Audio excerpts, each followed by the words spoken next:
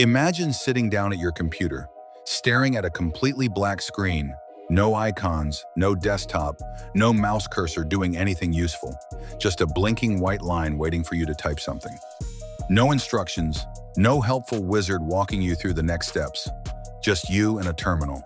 Most people would panic. Most people would immediately reach for that Windows installation USB and call it a day. But a growing number of people, regular people, not just hardcore programmers, are choosing to stay in that black screen. They're choosing to build their operating system from the ground up, piece by piece, command by command. And the operating system making them do all of that? It's called Arch Linux. Today, I replaced Windows with Arch Linux on my main machine. No virtual machine safety net, no going back. And what happened next genuinely surprised me. Before we get into what the experience was actually like, let's talk about what Arch Linux even is. Because if you've spent your whole life on Windows, the concept might feel completely alien. Most operating systems, Windows, Mac OS, even beginner-friendly Linux distributions like Ubuntu or Linux Mint, come preloaded with everything. You install them, and within 20 minutes you've got a browser, a file manager, a settings panel, and a working desktop. It's plug and play. Arch Linux is the complete opposite of that philosophy. When you boot into the Arch installer, you get nothing but a command line interface. No graphical installer, no automatic disk partitioning, no pre-installed apps. You literally build your system from scratch, choosing every single component yourself. The desktop environment, the file manager, the audio system, the bootloader, all of it, your decision, your installation. It sounds exhausting. And honestly, at first it kind of is. So why do people do it? Why would anyone voluntarily choose the harder path when Windows or Linux Mint can get you up and running in under half an hour? That's the question that pulled me into this experiment. And the deeper I went, the more interesting the answer became. Here's where things start to get genuinely fascinating. Arch Linux has a community of some of the most loyal, passionate users in the entire tech world. There's even a meme about it, I use Arch by the way, which is how Arch users supposedly drop it into every conversation. And while the meme is funny, there's actually something real underneath it. According to the Arch Linux user survey and various community polls across Reddit and the Linux forums, a significant portion of Arch users report that they never want to go back to a managed operating system. Not because Arch is easier, but because once you understand your own system at that level, everything else feels like a black box you can't trust. And that's the moment this stopped being just a tech experiment for me and started feeling like something bigger. Because in 2025, we live in an era where most of us have zero idea what's actually running on our computers. Windows 11 ships with built-in telemetry that sends usage data back to Microsoft by default. Studies from privacy research organizations have shown that a fresh Windows 11 installation can make hundreds of data connections in the background within the first few hours of use, many of them to Microsoft servers, before you've even opened a single app. Now, Microsoft will tell you that's all about improving your experience, but a lot of users are starting to ask a different question. Improving whose experience, exactly? That shift in thinking is part of why Arch Linux is seeing renewed interest, particularly among younger, tech-savvy Americans who grew up on Windows but are increasingly uncomfortable with how little control they have over their own machines. The philosophy of Arch, where you choose every component, every service, every background process, is basically the opposite of that model. Nothing runs on your system unless you put it there yourself. But let's be real about the challenges, because this isn't a story where everything magically works out. The Arch installation process is genuinely difficult for someone coming from Windows. Partitioning the disk manually, using command line tools, configuring the bootloader, setting up network drivers before you even have a desktop. These are not things that most average users will feel comfortable doing.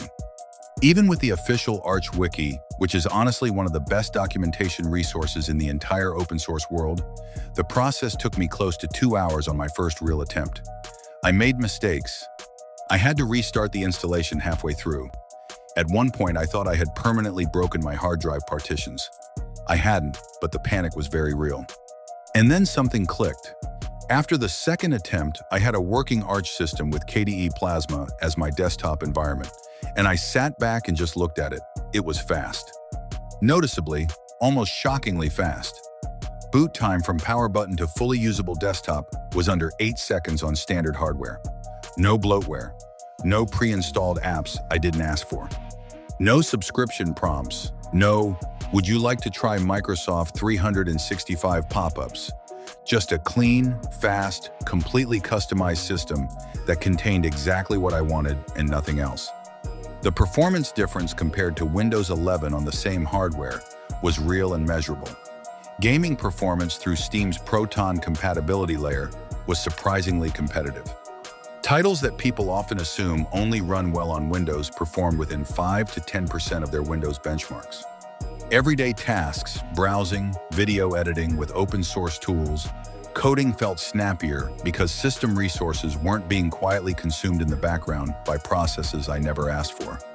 But here's the uncomfortable truth that a lot of Arch enthusiasts don't always talk about. Arch Linux is not maintenance-free. Because it's a rolling release operating system, meaning it continuously updates to the latest versions of everything, rather than doing major version releases, things can occasionally break after an update.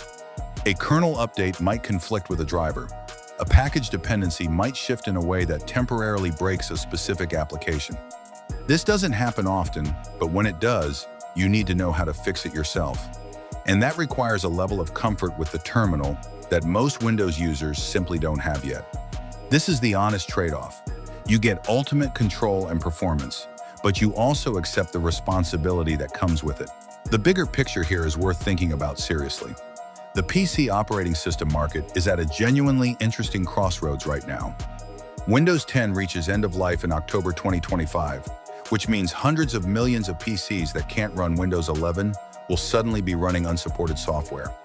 That's a massive opening, potentially the biggest in years for alternative operating systems to capture users who are frustrated, confused, or simply unwilling to buy new hardware just to meet Microsoft's requirements. And while most of those users will probably land on beginner-friendly options like Linux Mint or Ubuntu, a meaningful slice of them will go deeper. Some of them will end up exactly where I did, staring at a black screen with a blinking cursor, choosing to understand their computer rather than just use it. What does this mean for the future? If even 5 to 10% of that displaced Windows 10 user base shifts toward Linux in any form, that's tens of millions of new Linux users entering the ecosystem. That changes the economics of software development. It changes how game developers think about platform support. It changes the conversation around operating system privacy and transparency in ways that could eventually pressure even Microsoft and Apple to be more open about what their systems are actually doing. Arch Linux isn't for everyone. That's not a criticism, it's just a fact. If you need something that works immediately out of the box, if you're not comfortable spending an afternoon in a terminal, start somewhere friendlier. Linux Mint is excellent. Pop! OS is great for gaming.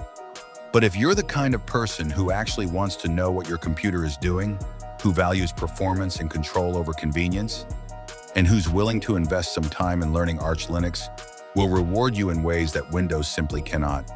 I replaced Windows with Arch Linux, and honestly, I'm not going back. If you found this interesting, make sure to subscribe for more deep dives like this, because we're just getting started.